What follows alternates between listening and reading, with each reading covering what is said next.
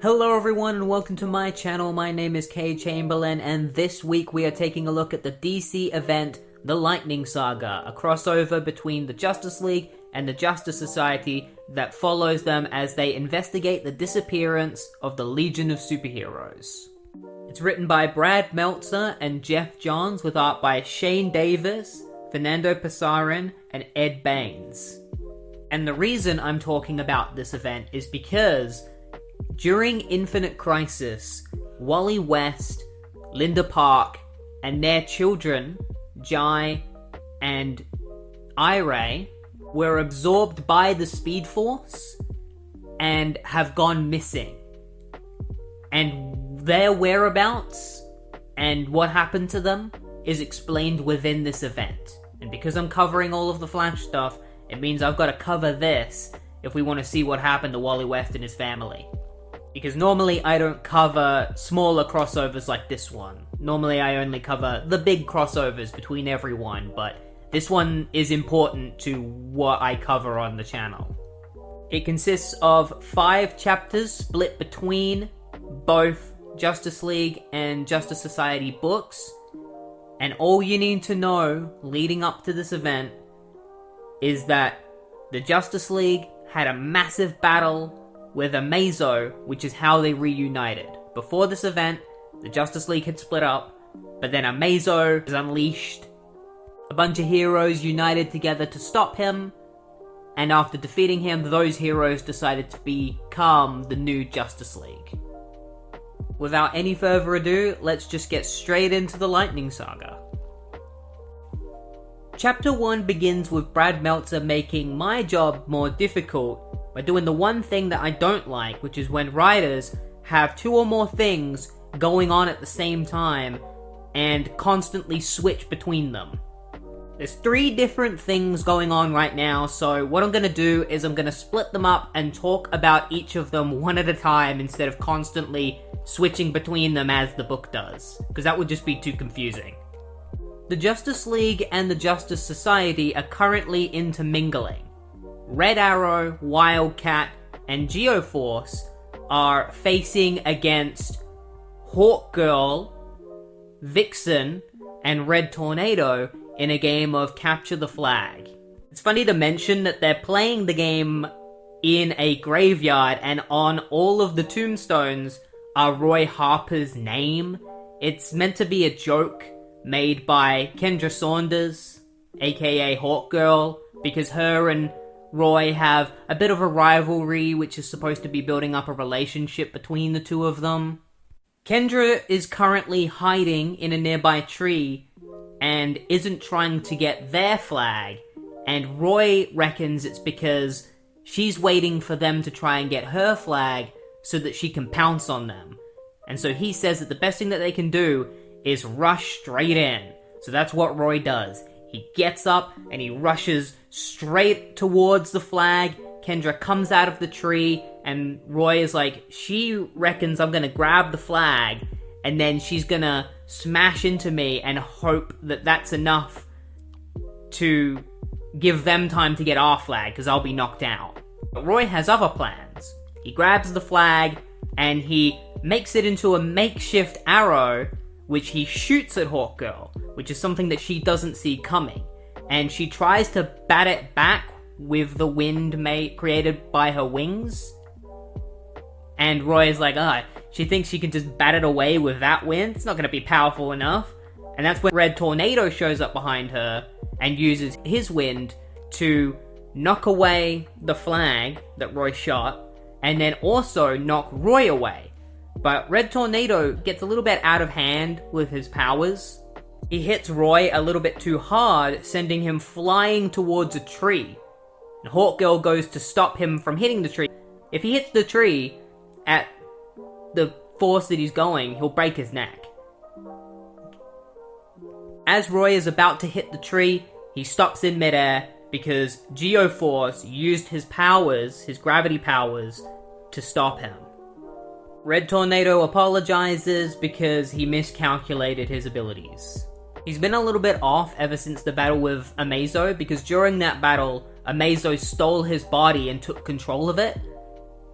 And he's only recently gotten his body back, so he's getting used to all of his systems again, and hopefully he's flashed Amazo out entirely, but we don't know yet. Michael Holt, aka Mr. Terrific, is playing 2 games of chess simultaneously against Black Canary and Green Lantern Hal Jordan. And he's doing it blindfolded as well, because he's the 3rd smartest man in the world, I think.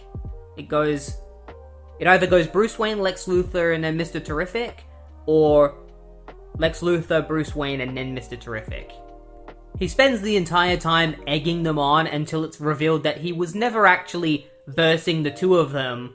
What he did was he picked black on one side and white on the other, and was just making the same moves that they were making so that they were facing each other in chess without realizing. Batman and Black Lightning are currently investigating the mysterious appearance of a character named Trident. Black Lightning got in a fight with Trident, managed to defeat him, they've taken him in, they started taking a look at him. Turns out he's not actually Trident, his name is Karate Kid, aka Val Amor. Now, we've seen this in Countdown. If you've seen my Countdown videos, we get to see this whole exchange between Black Lightning, Batman, and Karate Kid. Karate Kid wakes up, he believes that he is Trident for some reason. He's been brainwashed or something, he's forgotten who he is. He tries to fight Batman, and Batman fights back, and Val Amor starts to get the upper hand, but then Batman decides to play dirty and kicks him in the nuts, because it's the only way that he can beat him. Because Karate Kid is the greatest fighter in the world. That's his superpower, to be the best at fighting. He just falls to the ground and is like, that was cheating! They take him away for questioning, where he repeatedly says that he is Trident, but as soon as they bring up another member of the Legion of Superheroes, Starman, Val suddenly remembers who he is, because he remembers who Starman is. He's like, whoa, why do I remember all this? Like he forgot it for some reason. So the mystery thickens. Val reveals to the Justice League and the JSA that 7 members of the Legion of Superheroes have all gone missing. They are all stuck in different points in time, so the Justice League and the JSA are going to have to help Val Amor and Starman find their remaining allies. The Justice League and the JSA all get together in a big group. We get to see them all together. I'll list them all off for you so you know all their names. We got Superman, we got Batman, we got Wonder Woman, we got Red Tornado, Hal Jordan Green Lantern, Vixen, Hawkgirl, Red Arrow, Geoforce, Black Lightning, Mr. Terrific, Green Lantern Alan Scott, Flash Jay Garrick, Stargirl, Liberty Bell, Damage, Wildcat Ted Grant, Hawkman, Owlman, Dr. Midnight, Sandman, Wildcat Tom Grant, and Cyclone, as well as Power Girl and Black Canary. They plan on splitting into teams to go searching for the missing Legion of Superheroes members. And I swear, every single time Power Girl shows up in a comic book, not only does her boobs get bigger, but the chest window also gets bigger every single time as well. Now, in DC Comics, there is a supervillain known as the Ultra Humanite. The Ultra Humanite is a mad scientist who transferred his brain into a gorilla and other creatures or people. He can move his brain around, take over different people's bodies, etc.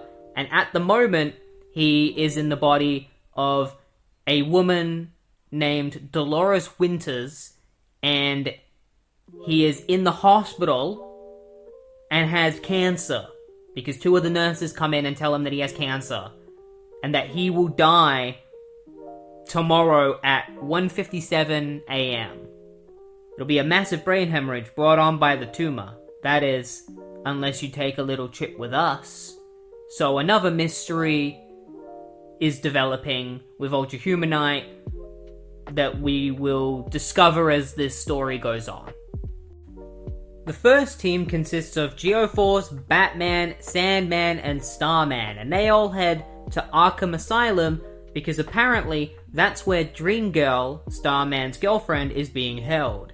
When they get there, they find that all of the patients and the workers at Arkham Asylum are literally facing their worst nightmares. Not in the Scarecrow sense where it's just hallucinations, like their nightmares are actually coming to life. And there's only one villain that has the power to do that. Dr. Destiny. He used to have an artifact called the Dreamstone, which allowed him to bring people's nightmares to life. But the last time they fought Dr. Destiny, the Dreamstone was destroyed. So Batman says that he must have gotten another artifact and must be using the power of the nightmares to torture not only the prisoners, but also Dream Girl. Now's a good time to point out the fact that Starman is not right in his head at the moment.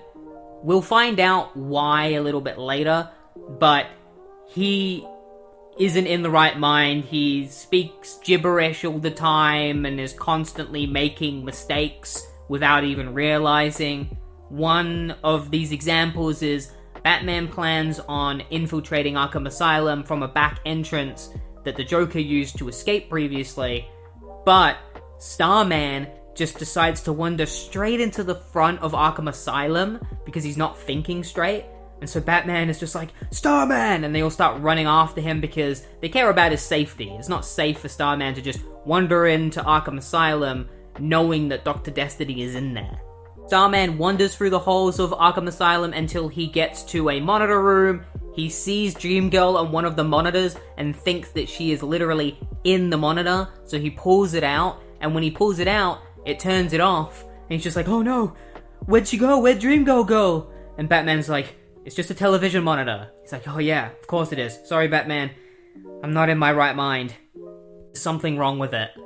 Batman mentions to the group that the patients, most of their nightmares aren't to be feared of, except for a few of the patients.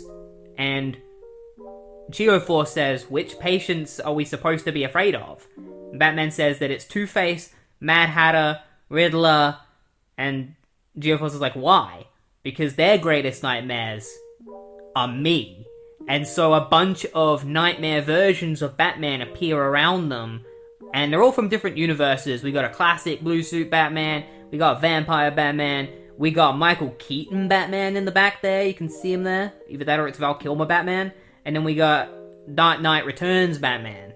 And so they fight against all of these different Batmen, while Starman goes on ahead and finds Dr. Destiny torturing Dream Girl, and Dr. Destiny uses his powers against Starman to reveal his nightmares, and his nightmares are the dead boyfriend of Dream Girl, because at a certain point in time, Starman had to fight against Dream Girl's old boyfriend in self-defense, and he killed him, and I think the guilt of killing her previous boyfriend has been on his mind this entire time, and is probably responsible for him going crazy.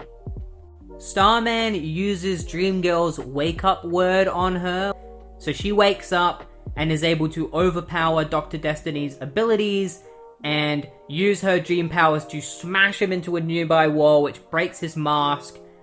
And I'm assuming the mask is what was giving him his powers, so when it breaks, all of the nightmares go away, and Starman and Dream Girl reunite. It's pretty lovely. I've missed you so much, Nura. But the nightmares are just the beginning. For the Legion, I saw a vision, and by coming here, one of us is going to die. So that's a bit of a bombshell to drop on your boyfriend as soon as you reunite with him. So, by the way, thank you for saving me, but because we're both here, one of us is gonna die. Another team made up of Superman, Stargirl, Red Tornado, and Cyclone all head off to the Fortress of Solitude because there is supposed to be 2 Legion rings in the fortress. One of them is Superman's Legion ring from when he traveled to the future as a kid and became a member of the Legion of Superheroes. But Clark doesn't know why there's supposed to be another Legion ring here, because he doesn't have to. Which means maybe one of the missing Legion of Superhero members is here. When they get to the fortress, Cyclone decides to get to know Red Tornado because Cyclone is the granddaughter of the original Red Tornado. Because before the robot version, there was another Red Tornado. And so they decide to get to know each other because Stargirl believes that they should, since they are kind of related in the sense that she is the granddaughter of a Red Tornado and he is Red Tornado.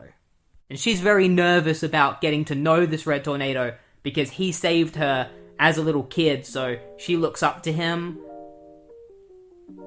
Superman finds his Legion ring and Red Tornado lets Superman know that he still senses another Legion ring in the room, and while they're looking around, they see the statues of all the Legion of Superheroes, and Superman explains to Stargirl that he used to be friends with them, or that he is friends with them, and he just hasn't seen them in a long time. Stargirl points out that there are two statues that look exactly the same. There are two Wildfire statues, and Superman is like, that's not a statue, that's the real Wildfire.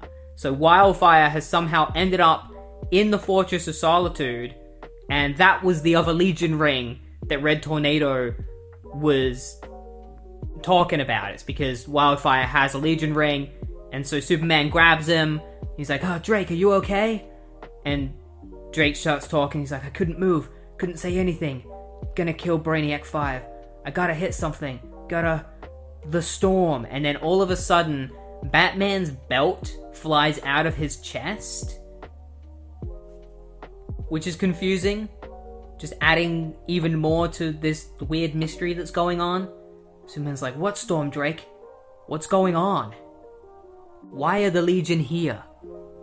And so the plot thickens. The Legion members that have been found so far are all reunited, and Batman comes to the conclusion that them being sent to different points in time isn't random, and that there is a reason behind it. And that it probably has something to do with Brainiac 5, because it turns out that Brainiac 5 had locked all of the missing Legion's brains, and that word that Starman used for Dreamgirl is the word you need to break them free of this condition that Brainiac 5 has put them under. It's like a brain lockdown situation so that they don't give away any secrets or anything. We're not really sure at the moment what's going on. It's still a mystery. There's still some more Legion members that need to be found. One of them is apparently in Congo, Africa, specifically Gorilla City, which is where Gorilla Grodd and all of the intelligent apes come from. They are currently led by Nanamdi, who is the son of Solivar, who was the previous king of the gorillas, but he died. He was killed by Gorilla Grodd, and so Nanamdi has taken over as the new king.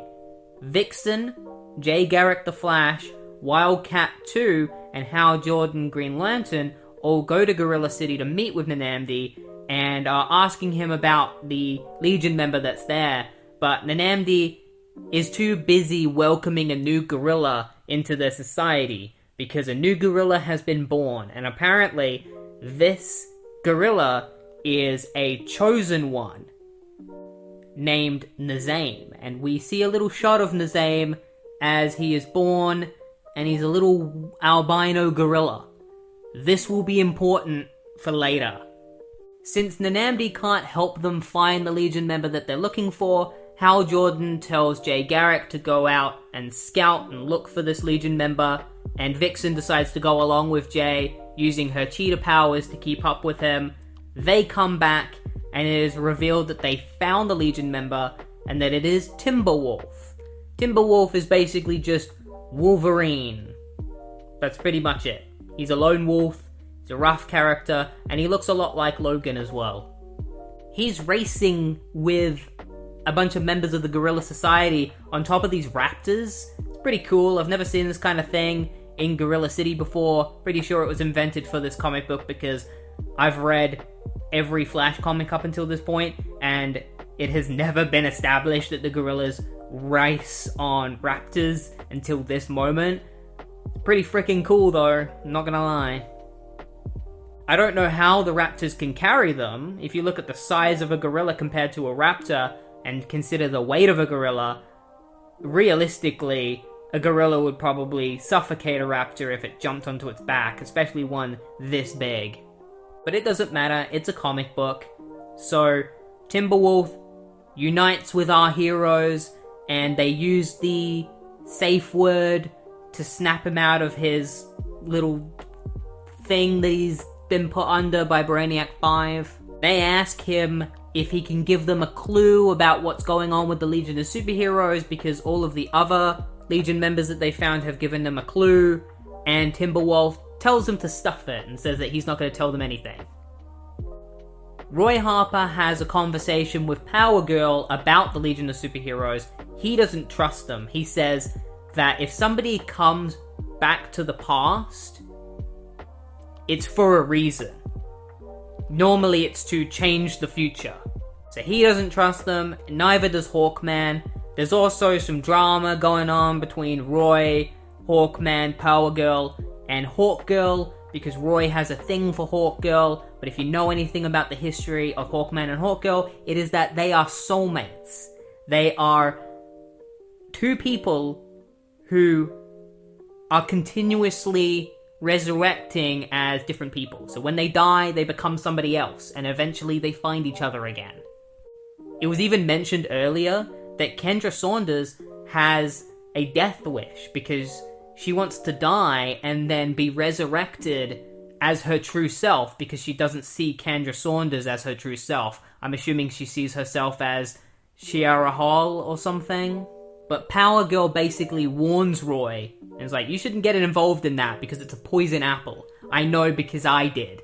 I tried to get with Hawkman, he broke my heart because he said that he only has feelings for Hawkgirl, because Hawkgirl is his soulmate, and Power Girl warns Roy and says she might not say it right now, but she will eventually tell you the same thing and shatter your heart to pieces, and you just gotta prepare yourself for that. They have arrived in Thanagar in search of a Legion member known as Dawnstar. Meanwhile, in the future version of Metropolis, the far future, year whatever, we don't know what year it is, Per Degaton, Ultra Humanite, and Despero, who are all enemies of the Justice Society and the Justice League, have joined together. The woman that we saw before has had her head cut open. This is the body that Ultra Humanite was in. So they took the brain out and they put it into the body of an albino gorilla who is now fully grown in the future. And it turns out that the albino gorilla that they put the brain in was Nazane, the baby gorilla that we saw before. So that baby gorilla grew up to be the gorilla body for the Ultra Humanite in the future. And they have some kind of plan, probably a revenge plan against the Justice League and the Legion of Superheroes and the Justice Society. Don't know exactly what it is yet. Roy Harper and the gang find Dawnstar and decide to take her back to the rest of the Legion of Superheroes that they found. Dream Girl reunites with Timberwolf, and Timberwolf goes and meets with the other Legion members, and then they all put their hands together because they feel that Brainy's back up. There are 5 of us now, enough for the mission. And they turn off all communication so that the Justice League and the Justice Society can't see what they're up to. Turns out, they really were sent to the past to do something.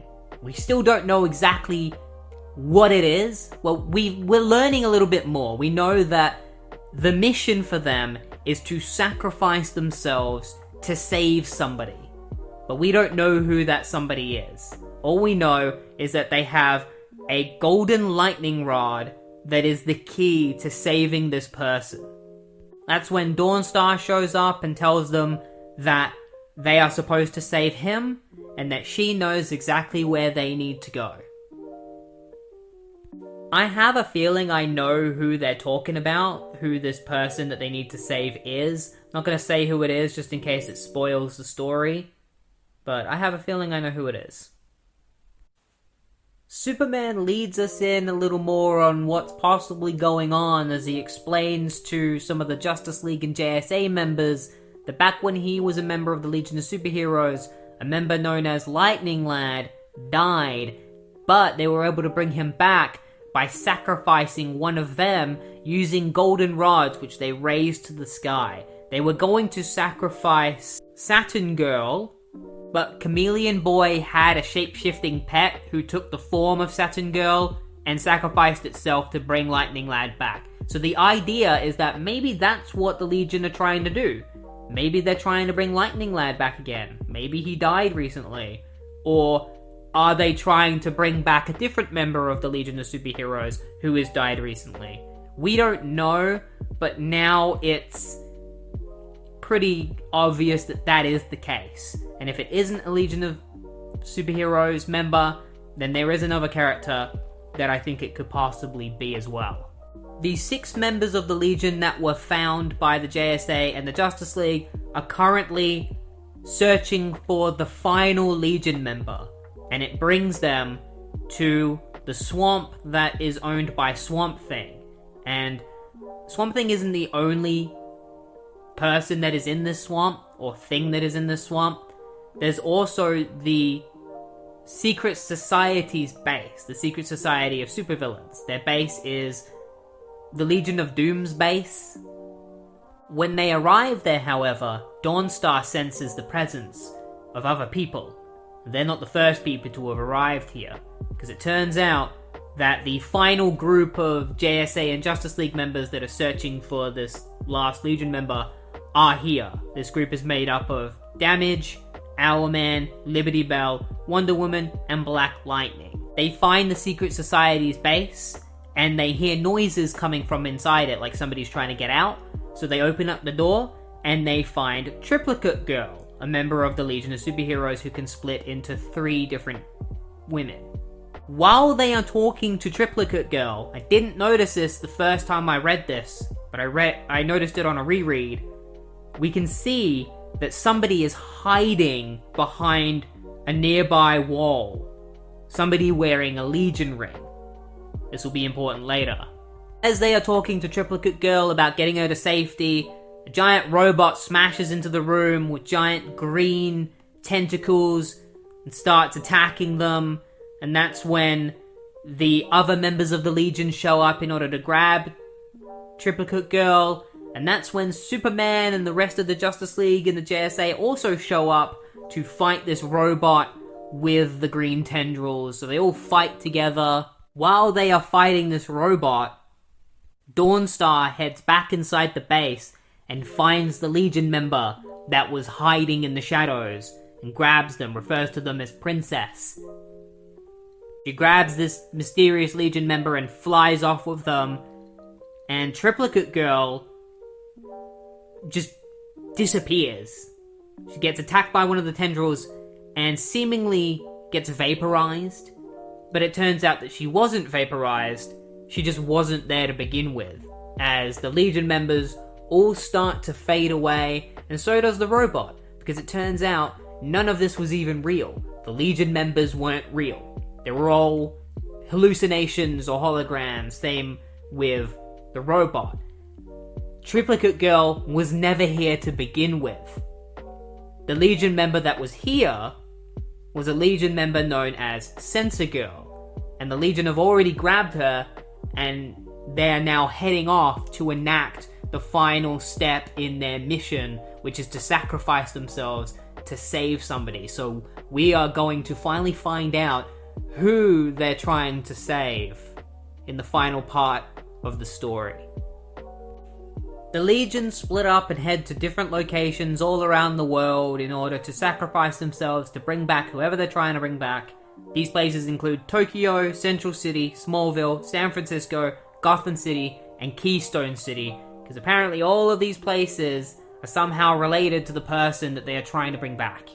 And the Justice League members and the JSA all chase after each member of the Legion, trying to stop them from sacrificing themselves. Jay goes after Dream Girl, and Dream Girl is like, hey, they think they're trying to send the fastest member of the team in order to stop me. And Jay's like, what makes you think I'm the fastest? Insinuating that Green Lantern, Power Girl, Red Tornado, and Superman are all faster than him. I could see Superman being faster than Jay Garrick, that's obvious. Power Girl as well, I would say. Maybe Green Lantern? Flying, definitely, but running? No way. They each intercept a member of the Legion in an attempt to stop them. Superman puts two and two together and is like, they really are trying to bring back somebody the same way that they brought back Lightning Lad back in the day. The question is, who are they trying to bring back? Batman and Mr. Terrific head after Starman, and Hal Jordan heads after Timberwolf. The locations that Starman and Timberwolf are at are very important to what's going on. Starman is currently in Gotham City, specifically in a building that Bruce was in, the same building he was in during Crisis on Infinite Earths, when Barry appeared to him as a spectral ghost. And we see the reenactment of that in this book. And Hal realizes that Timberwolf is inside the lab that Barry was in when he got struck by lightning and got his powers. So now, the book is kind of bringing forth the idea that, ooh, maybe they're bringing back Barry Allen, because Barry Allen is dead. Maybe this is how Barry Allen gets brought back. Mr. Terrific tries to stop Starman, but a force field appears around him. Force fields are appearing around all of the Legion members, except for Karate Kid. This entire time, they talk about the fact that one of them is going to have to sacrifice themselves in order to bring back this person. That doesn't actually happen. Nobody dies. They hold the golden rod in the air, waiting for the lightning to strike so that they can bring back this someone to life. And when the lightning strikes, even while Karate Kid is not protected by a force field, he doesn't die. They all get struck by lightning. You know, Jay Garrick is trying to smash open the force field around Dreamgirl to no avail, but Karate Kid gets struck by the lightning, and as he gets struck by it, he says, "Lightning Lad," I guess as a way to just be like, we did this to Lightning Lad as well, this is how we brought him back. I don't know, he just kind of says that for no reason. He's just like, "Lightning Lad." They all get struck by lightning at the same time. It kind of annoys me that this entire time the story is building up this fact that one of them is going to die. And then they don't. I'm assuming it was supposed to be Karate Kid, because at the same time that this was going on, Countdown was going on. And as we know, Karate Kid plays a big role in Countdown, and that ties directly into this. During Countdown, Karate Kid dies. It's just way after this. So I'm assuming that Karate Kid was supposed to die in this, and then the editors were like, no, he can't die in this. He's already planned to die at the end of Countdown, so he has to survive at the end of this and then die later.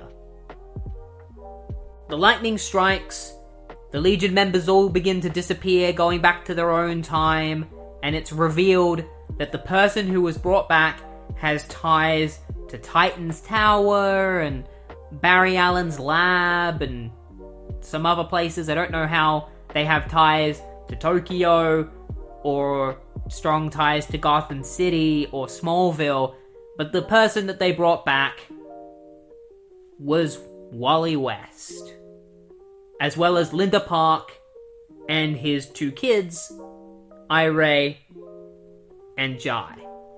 They are back. That is who they were trying to bring back the entire time. Yeah, it wasn't Barry Allen. Barry Allen was kind of like a red herring. I think they planted those two little things just to make you think it's Barry Allen, and then revealed that it's actually Wally West. They say that they did it for Hal Jordan and Jay Garrick and Roy Harper, who have strong relationships with Wally. One of them even says to Hal that he no longer has to be alone now. Wally has a lovely reunion with all of his friends, while the other Legion members decide to head back to the future, except for Starman, because he has reasons to be here still, and Karate Kid, because he needs to be in Countdown. Karate Kid actually tries to go back to the future, and Brainiac says, no, you have a reason to be here, and it's because you need to die later. I think that's why Brainiac 5 stops him from going to the future. It's because he's supposed to die in the present later on. It's kind of messed up to be like, hey, you can't come back to the future, because you're supposed to get a horrible disease and then get cut open during surgery and die. He dies horribly. If you want to see what happens to Karate Kid, if you want to see all of that play out, then watch my countdown videos because I cover it all in there. But that's it. Wally West comes back with his family. The Legion of Superheroes all head off to do their own thing. That's the end of the story. That's how the Lightning Saga ends. Overall, I think the story was fine. I don't think it was anything amazing. It was fine. It was quite confusing. It's one of those mystery stories where it only gets good once the pieces finally start coming together. I don't like it when mystery stories are so cryptic that you just don't know what's going on until the writer finally tells you what's going on, which is what happens in this, where I just had no clue what was happening until the writers were like, okay, here's what's happening. Let's lay it out for the reader entirely. But it being a Legion member was a nice fake out, and it being Barry Allen was a nice fake out. It's a cool way to bring back Wally West. But it's not one of those events where I'm like, oh, you have to read this. You have to read the Lightning Saga. It's a must-have. I'd much prefer to recommend that you read Tornado's Path over this. Like, that's a more recommended Justice League story to read instead of this one. This one's just kind of like, oh, if you care about The Flash, if you care about Wally West, if you care about the Legion of Superheroes, then read this one. But if you don't care about any of those, there's no real point in reading it. It's made for those fans. So that's it for the Lightning Saga. I hope you enjoyed this video. And if you did enjoy this video, please like and subscribe. And I will see you next week for The Flash. It's been so long since I've read any Flash books, but we're finally getting back into The Flash. Now that Wally's back, we're moving straight into a new era of The Flash with old Flash. Mark Waid is back to write a new arc on The Flash. I mean, it's not new anymore, but it's new to me, and it's new to anyone who hasn't read it or heard about it. So, looking forward to that. He is tasked with writing the new status quo for the Wests. So, look forward to that. I'll see you next week. Have a good one.